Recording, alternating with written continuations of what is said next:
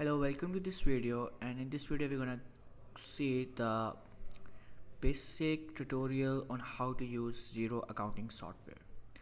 So right now you can see on the screen that I have opened the dashboard. When you open a quick Xero account, then all you can see is only the dashboard on your screen, and here you can see all the bank accounts which you have added into your Xero accounting software, which you can see right now on the screen. And if you have to pay any kind of the bills to your suppliers, you can also see that in front of you. So it's quite a quick summary about all of your financials right in front of you. Okay, so if you want to edit dashboard, you can do it from right there. And if you want to add any kind of transactions, you can click on this plus sign. And if you want to pay an invoice, you have to add an invoice.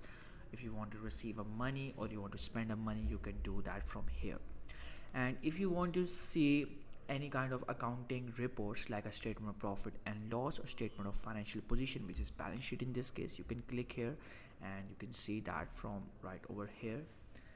And if you can just click over one of the reports if you want to see.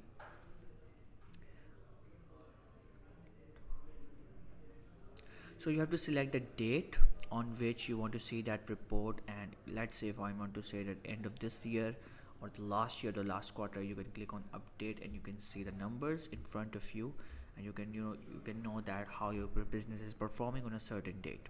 So most of the time all you have to see is a statement of profit and loss or statement of financial position. So you can see that from right there.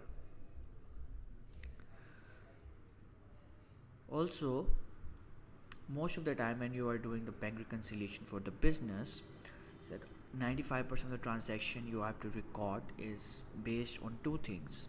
The first, there could be a cash expenses or there could be a cash income that you will receive from your customers. So if you want to record a cash expenses, you can go over to the spend money tab and click there and record and cash expense.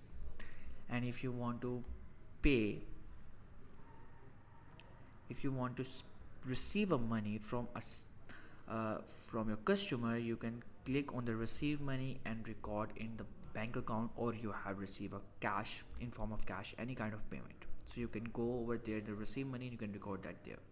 So if you have more than one bank account, you want to transfer the money, such as let's say I have a cash of $10,000 and I transferred that into my bank account, so I will record that transaction right there. Also, these are the three main things which you might be using when you are doing account reconciliation on Xero. So let's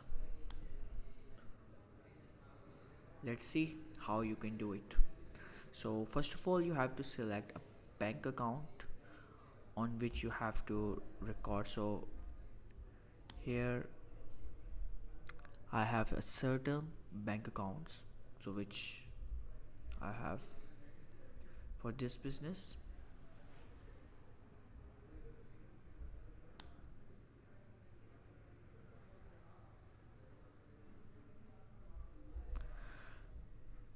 So in order to record any kind of transaction, you first of all have to add any kind of a bank account for your business.